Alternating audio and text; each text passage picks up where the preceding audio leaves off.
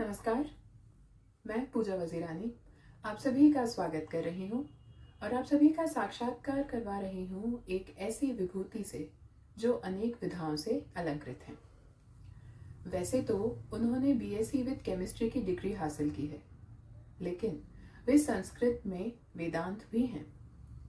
जगत गुरु श्रीमद् वल्लभाचार्य जी के वे वंशज हैं, तो जाहिर है संगीत की तरफ उनका रुझान होना। पखावज वादन में उन्होंने मास्टर डिग्री हासिल की है। तबला वादन और पखावज वादन की उन्होंने तालीम हासिल की है और वे तालीम ले रहे हैं। और अब पखावज वादन को टेक्नोलॉजी के जरिए नई ऊंचाइयों तक ले जाने के लिए वे कार्यरत हैं। आइए आप सभी को मिलवाती हूँ मैं गोस्वामी श्री रसिक प्रीतम जी से। नमस्ते, आपका फिर एक बार स्वागत करती हूँ। सबसे पहले मैं आपसे ये जानना चाहूँगी कि संगीत के आपके सफर की शुरुआत कब और किस तरह हुई? वैसे तो जब मैं 6 साल का था तब पंडित भवानी शंकर जी के पिता जो हैं पंडित बाबूराव कथक जी, तो मुंबई में जहाँ हम रहते थे वहाँ फर्स्ट फ्लोर पे वो रहते थे और उनके वहाँ मेरे पिताश्री ने मुझे तालीम के लिए रखा।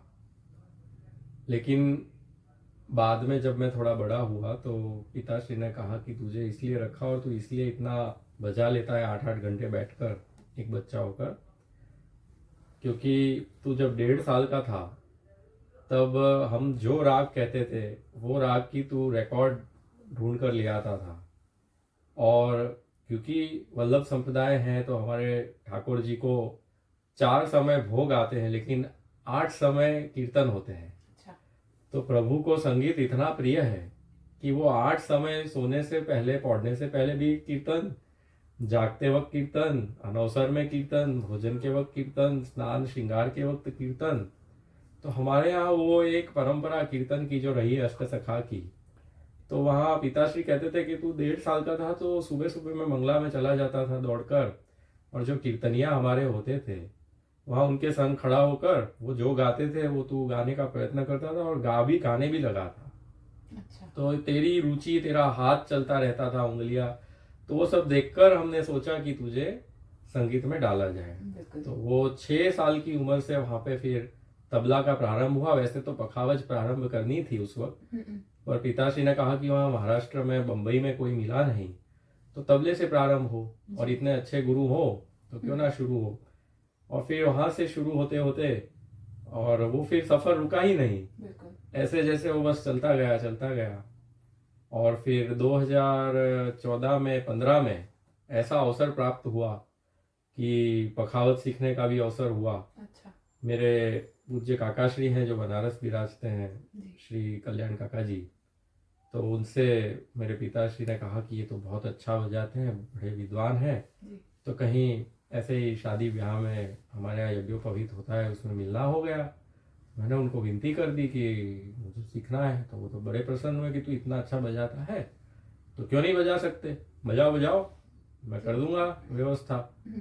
और उन्होंने उनके शिष्य अंकित पारिक जी को कह दिया तुरंत बुला के, हर महीना तुमको अहमदाबाद जाना है और इनको सिखा के आना है कि इतना इतना तो ये बजाते हैं, जरा बराबर से इनको बता दो। और वो जब भी मिलते थे तो बताते रहते थे। तो ऐसे पखावज और तबले का संगीत से जो लगाव है, कैसेट वैसेट सुनना, और सब पिताश्री भी बहुत सुनते थे। अच्छा। तो उनका जन्मदिन होता था तो वो लेकर ही आते थे कुछ ना कुछ कैसेट रिकॉर्ड। और हमारे काकाश्री का भी बहुत प्रेम रहा, हमारे कन्हैया काकाश्री का इतना प्रेरणा देते थे। और मेरे काका के लड़के जो मेरे भाई हैं विठल दादा, बड़े नायना जिसे हम कहते हैं, ताऊ जी, तो उनका भी वो 6 साल का था तो कॉन्सर्टों में वो बहुत जाते थे। वो खुद अच्छा बजाते हैं, संगीत का इतना उनको है ज्ञान। और वो मुझे ले जाते थे और मैं बैठा रहता था 3-3 घंटे 4-4 घंटे। सब तक मैं कभी अहमदाबाद तो बहुत अटेंड किया, वो उनके संग में बैठा रहता था, मुझे मजा आता था, वो मुझे ले जाते थे। उन्होंने भी बहुत प्रोत्साहित किया कि ये बच्चे में संगीत का कुछ है। तो ये सब कहीं ना कहीं प्रभु की कृपा है, कुछ संस्कार है कि बस, बाकी मुझे भी नहीं पता कि ये कैसे है। जी। यहाँ पे आपने जिक्र किया कि आपने तबले की तालीम ली, तो मैं ये जानना चाहूँगी कि आपने तबले की तालीम किनसे ली, और दूसरा ये भी कि आपकी शुरुआत तबला वादन से हुई, तो पखावज वादन की तरफ आपका झुकाव किस तरह हुआ? ऐसा है कि भाग्य कहाँ किस तरफ ले जाता है ये तो भगवान ही जानते हैं। बिल्कुल। और ठाकुर जी हमारे थोड़े हैवी नटखट तो लीला करते हैं ऐसी, जी। लेकिन शिकायत का मौका ठाकुर जी नहीं देते। बिल्कुल। तो ऐसा भी नहीं लगा कि 25-30 साल तबला बजाया तो पखावज में 8-9 साल से लगे हैं, तो वही अनुभव, वही ज्ञान, वही सब चीज कैसे तबले में आई, या वह सिस्टम कैसे तबले में डेवलप हुआ, और पखावज में क्या था जो उसके पहले था, वो तो मुझे बहुत सहायक ही हुआ। मेरा रियाज का तरीका जो तबले में हमारे एक सिस्टम, वो सब सहायक हुआ जी। तो झुकाव का कारण वैसे बनारस घराना से मैं सीखा हूँ। और बाबूराव, पंडित बाबूराव जी कत्थक जो मेरे गुरु हैं, आदि गुरु तबले के प्रथम, तो उनसे तो जयपुर घराना था। अच्छा। लेकिन अहमदाबाद आ गए 2001 में, तो कोई फिर यहाँ संगीत का इतना माहौल नहीं था। तब हमारे ही सज्ञातीय हेमंत जी, शिशिर जी, और उन्हीं के मतलब नाम थे कि भाई सप्तक से जुड़े हुए हैं तो आप वहाँ कुछ देखिए।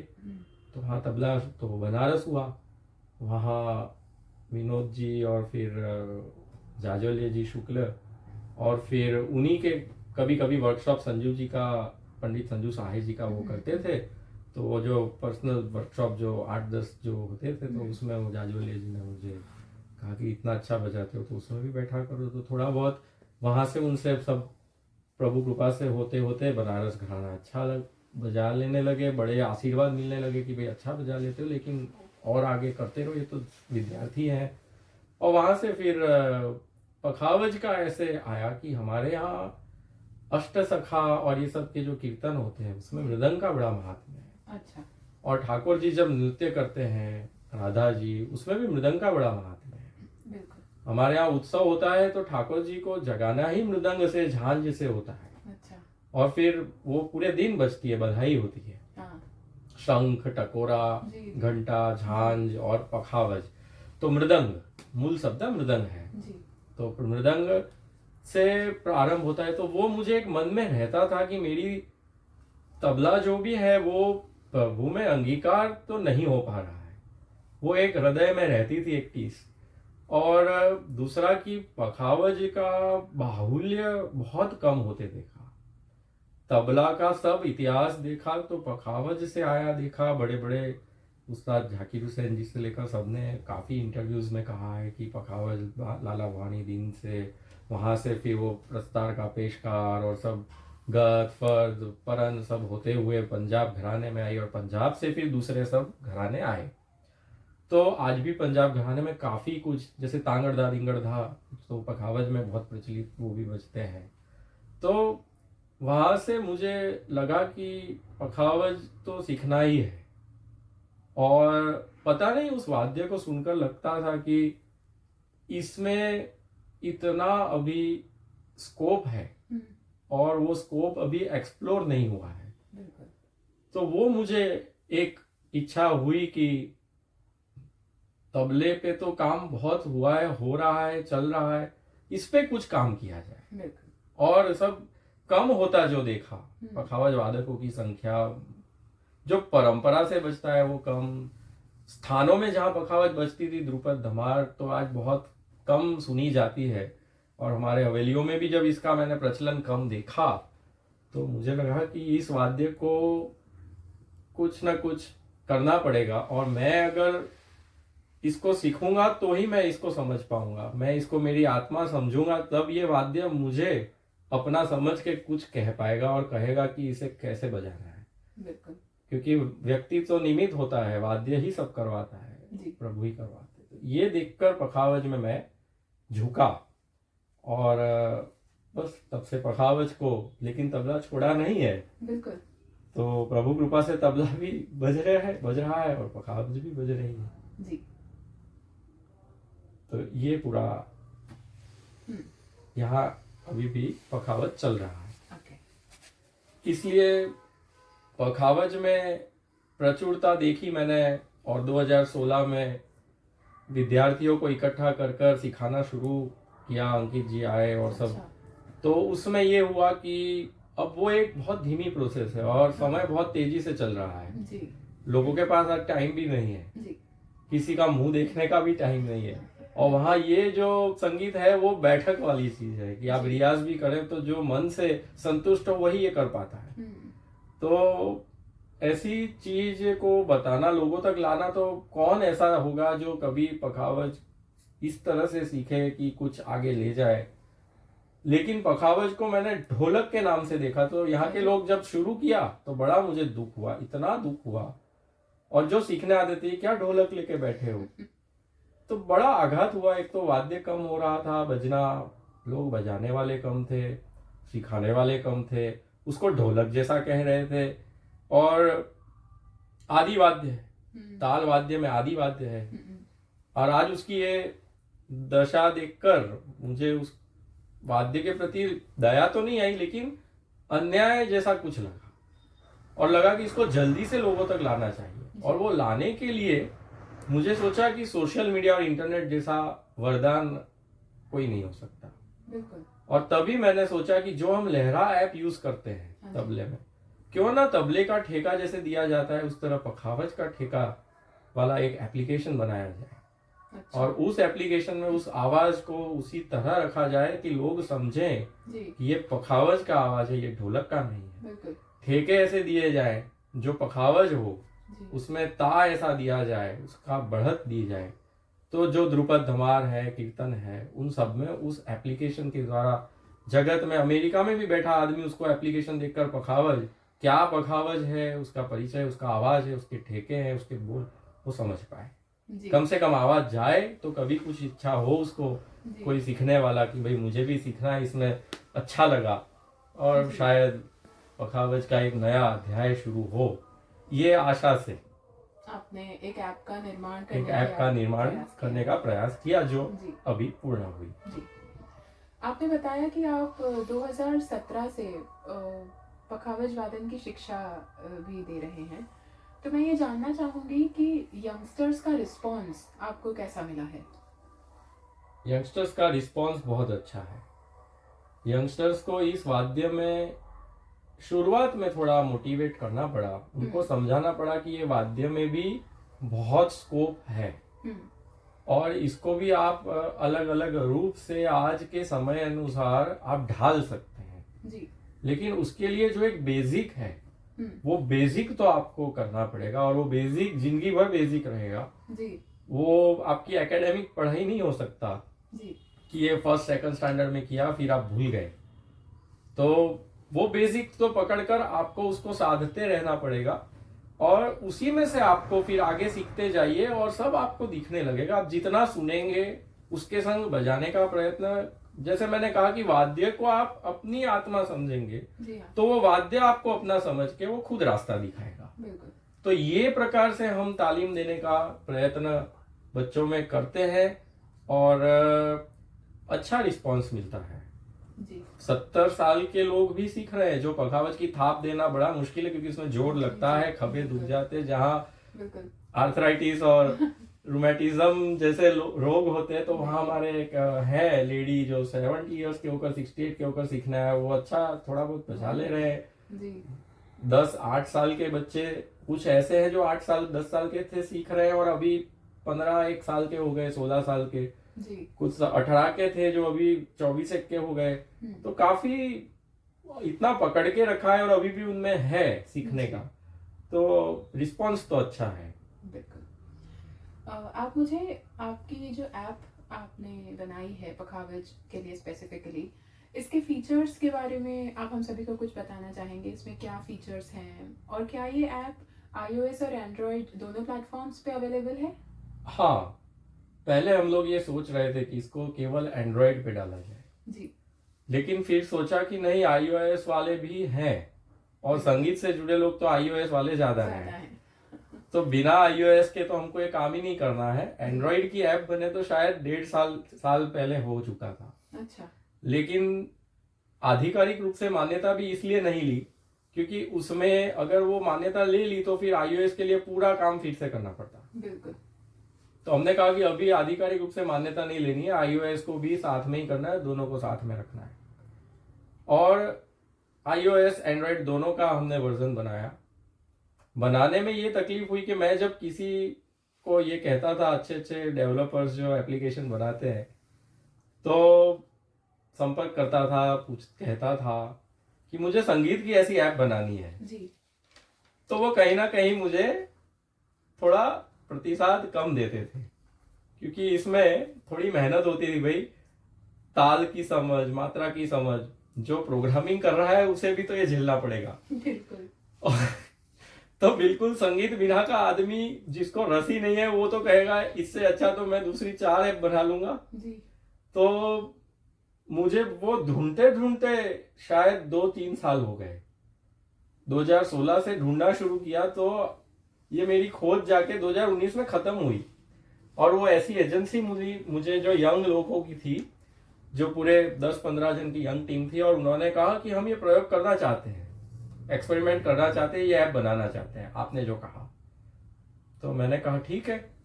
ऐसे ही कहीं हमको मैं कहीं प्रोग्राम में गया हुआ था राजकोट, वहां इनका भेंटा हो गया। मैं ऐसे ही पूछा कि क्या करते हो, बोले इंजीनियर हूँ। मैंने कहा अच्छा, लेकिन फिर वो हंस के बोले कि लेकिन मैं काम ये नहीं करता। मैंने कि काम क्या करते हो? बोले काम एप्लीकेशन बनाने का करता। क्या बात है। तो मैंने कहा शायद ठाकुर जी ने जहाँ राह वहाँ चाह। यही सोचकर मैंने कहा कि मुझे ऐसी ऐप बनानी है। हाँ। तो उन्होंने, मुझे फिर डर लगा क्योंकि सब मना करते थे, मैंने कि शायद ये मना कर दे, लेकिन मन में एक विश्वास था कि ये बोला है तो शायद ये हाँ कर दे। और इन्होंने बोला हाँ मैं करने तैयार हूँ। तो मैंने कहा कि चलो एक प्रयोग करते हैं। मैं अहमदाबाद जाता हूँ, पखावज का एक व्हाट्सएप पे रिकॉर्डिंग मैं बना के भेजता हूँ, एक ताल का, चौताल का। तुम्हें तो कुछ पता नहीं है म्यूजिक का, मुझे पता है, बिल्कुल तुम्हारा इससे पाला नहीं है, लेकिन फिर भी तुम देखो, अगर तुम्हें लगता हो कि ये बोझ नहीं है माथे पे तो हम आगे बढ़ते हैं। तो चौताल का भेजा, फिर उसको कहा कि इसको तुम बिठा के देखो। उसको ऐप दी पुरानी, जो तबले ठेके की कुछ है और जिसमें ठेका दिया जाता है, उसको हमने कहा कि इस तरह से हमको पखावज का चाहिए। और उसको धा क्या, ग क्या, दीन क्या, वो तो पता नहीं था। तो मात्रा तक पता नहीं थी, एक ही लय में मात्रा आनी चाहिए। तो वो सब होने के बाद भी उसने एक मात्रा सही सेट की, 2 मात्रा। तो मुझे लगा कि नहीं नहीं बराबर है, कर रहे हो अच्छा। और फिर कहा कि कर सकते हैं। उसने भी कहा कि हाँ आप बताइए क्या गलती है इसमें, वो सब करूंगा जी। और वहां से फिर हमारा सफर वो डेवलपर के साथ और उनकी एजेंसी के साथ शुरू हुआ जी। और वो फिर हमने रिकॉर्डिंग किया जी। उसके पहले अंकित जी यहाँ आते थे, तो अंकित जी, कल्याण काका जी, उनको यहाँ कि भाई इनको भी तुम मार्गदर्शन दो, और मैं वो भी कभी कभी मार्गदर्शन देते थे। तो अंकित जी को मैंने कहा कि देखो इतना इतना सब मुझे करना है और यहाँ तक हम आए हैं, तो अब तुम, मेरी इच्छा है कि तुम भी थोड़ा लूप वूप बना दो, तुम्हारी पखावज से ही लूप वूप बन जाए जी। तो मैं बाहर बैठकर थोड़ा टेक्निकल साउंड वाउंड जो भी रिकॉर्डिंग हो देख लेंगे हम दोनों। और फिर वहां से फिर वो रिकॉर्डिंग करवाया जी। साउंड करवाया और उस साउंड की फाइलों को डेवलपर को भेजा। फिर उसको समझाना हम दोनों का शुरू हुआ। मैं समझाता था, फिर वो जितना समझते थे भेजते थे हमको। फिर उसमें हम, अरे ये नहीं है, मात्रा गलत है, यहाँ दीन नहीं है, यहाँ धा है, ये धा ये है फाइल, ये साउंड फाइल है, तीटा का ये साउंड फाइल है, क का ये है, ये इसी मात्रा नंबर पे आना चाहिए, उसका पहला टाइम सेट करो, 1 2 3 4 के एंगल से उसको सेट करवाया। मतलब वो डेवलपर को ठाकुर जी की बहुत कृपा है और सच धन्य है कि उसने हमको झेला, मुझे झेला संगीत के क्षेत्र में लय समझने के लिए, बीट मात्रा और शब्दों को समझने के लिए।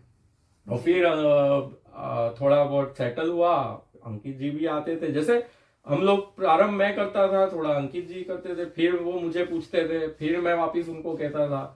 मैं कुछ उनको देखकर कहता था कि इसमें ये गड़बड़ है, तो उनको कह दो मयूर जी को कि आप डेवलपर को कि आप थोड़ा सुधरा दीजिए।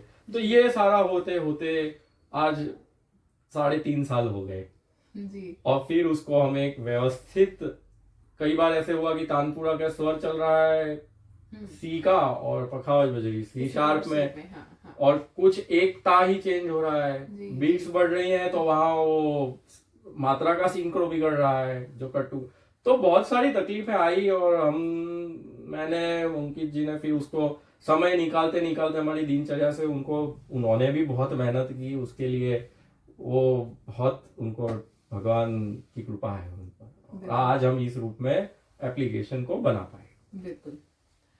मैं आपसे ये जानना चाहूंगी कि इस ऐप को हम प्ले स्टोर में और ऐप स्टोर में किस नाम से ढूंढ सकते हैं, और उसके साथ साथ मैं ये भी जानना चाहूंगी कि इस ऐप का सबसे ज्यादा लाभ किसको होगा, सबसे ज्यादा उपयोग इस ऐप का कौन कर पाएगा? ऐप स्टोर और iOS और मतलब और एंड्रॉइड प्ले स्टोर दोनों में ही पखावज ही नाम रखा है। अच्छा। और क्योंकि पखावज प्रचलित शब्द है, बिल्कुल, और अभी तक इस पर कोई ऐप बनी नहीं है, तो हमें भी आसानी हो गई कि यही नाम रखने में। जी जी। और इसका फायदा जो है वो ध्रुपद धमार के जो विद्यार्थी हैं जी, ध्रुपद धमार को जो गा रहे हैं, जो सीख रहे हैं, वीणा वादन जो सीख रहे हैं, जो रियाज करना चाहते हैं, कई जगह कैसे हो रहा है कि पखावजी पूरे शहर में नहीं है, तो क्योंकि एक लुप्त होने जैसा तो नहीं कह सकते, लेकिन कम प्रचलित वाद्य है जी, जो मंदिरों में सीमित रह गया अभी के समय में, और फिर मंदिरों में भी कम होने लगा। तो इसको ध्रुपद धमार गायकी वाले जो रियाजी हैं, विद्यार्थी हैं या जो शिक्षक शिष्य हैं, उनको लिए तो ये इतना लाभकारी होगा कि वो गुरुजी से सीख रहे हैं, गुरुजी ने सिखा दिया, वो दिल्ली चले गए, कहीं चले गए, तो इस ऐप की मदद से वो अपना गायन रियाज अभ्यास बहुत अच्छी तरह से कर सकते हैं। और उसको चेक करने के लिए फिर 15 दिन महीने में किसी पखावजी को बुलाकर भी वो उनको कॉन्फिडेंस आएगा कि ये क्या बज रहा है, उसके संग गा पाएंगे। दूसरा फायदा हमारे पुष्टि मार्ग में होगा कि हमारे यहाँ कीर्तनों में मृदंग ही है, तो मृदंग के बजाने वाले जो लोग हैं, तो कीर्तन तो लोग गा रहे हैं, लेकिन क्योंकि मृदंग का अभाव है सीखने वालों का, तो वो जिस ढंग से कीर्तन गाना चाहिए, जिस ठेके से पखावज का जो एक 7 मात्रा पखावज में है और 7 मात्रा तबले में, वहां 3-3 ना धीना धीना है, तो उसका जो एक आकार और रूप बनता है जी। लेकिन कीर्तनों में जो रूप बनता है वो धा दिन ता किटे तक गति गना, तो वो एक जो भाव पैदा होता है उसमें बहुत फर्क आ जाता है। तो बिना पखावज के आप कीर्तन या रूपक के ठेके पे आप जब कीर्तन सुनेंगे तो वो उस तरह का वहां भाव या कनेक्शन, या जिससे कहते हैं प्रभु जो सामने विराज रहे उससे इतना हम जुड़ना जो चाहते हैं, वो एक कुछ कमी लगती है।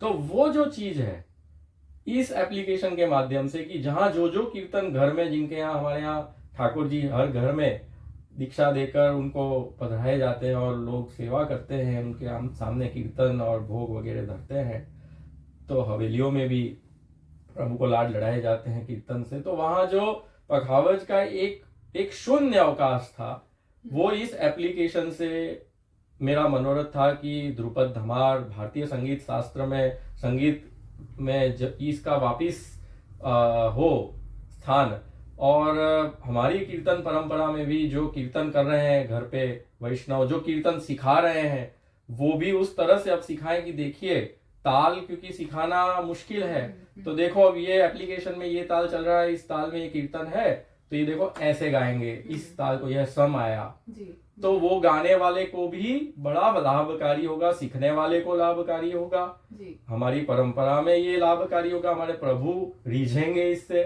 पखावज के नाच से रास के समय भी मृदंग के बिना नृत्य नहीं होता, तो वो भी रास के पद, हमारे सारे पदों में उत्सव के, मतलब एक ओवरऑल पखावज का साउंड कोई सुनेगा घर पे तो बच्चे पूछेंगे क्या बज रहा है, तो कौन सा वाद्य है, कभी सीखने की इच्छा हुई, तो इस तरह से सब चेंज जी, आए ये सोच के साथ जी। और शॉर्टेस्ट वे ये एप्लीकेशन था, ये सोचकर जी। इसको ये रूप और प्लान करके निर्देश किया गया, बिल्कुल। जिसमें अंकित जी का इतना बहुमूल्य योगदान रहा कि उन्होंने बिना किसी स्वार्थ के इसमें लूप देने के लिए, और कभी कभी जैसे मैं कहता था कि यहाँ मात्रा का ये देखना है, फंस गए हैं, देख लो तुम थोड़ा, मैं बिजी हूँ, उन्होंने फिर कहा कि आप बिजी हैं तो फिर वो खुद भी थोड़ा कि आप व्यवस्थित मतलब बिजी रहते हैं तो थोड़ा मैं भी देख लिया करूंगा, आप चिंता मत कीजिए। तो उन्होंने बिल्कुल उसमें एक सेवक हमारे संप्रदाय के वो हैं और कल्याण काका जी के से उनसे शिक्षा प्राप्त की है पखावज की, तो वो उनका भी स्वभाव ऐसा है जी। कि इसमें उन्होंने वो बहुत अच्छा इस तरह से सहयोग दिया है। जी बिल्कुल, बहुत खुशी हुई मुझे आपसे मिलकर, और ज़्यादा खुशी इसलिए कि कोई तो सच है जो अभी भी पखावज वादन की कला को लुप्त होने से बचाने के लिए इतना काम कर रहा है। मेरी तरफ से आपको और आपकी पूरी टीम को इस ऐप लॉन्च की ढेर सारी शुभकामनाएं। धन्यवाद। मैं सभी संगीत रसिकों से, संगीत के विद्यार्थियों से ये गुजारिश करूंगी कि इस ऐप को ज़्यादा से ज़्यादा डाउनलोड करें और इसे ज़्यादा से ज़्यादा इसका उपयोग करें अपने लाभ के लिए। धन्यवाद।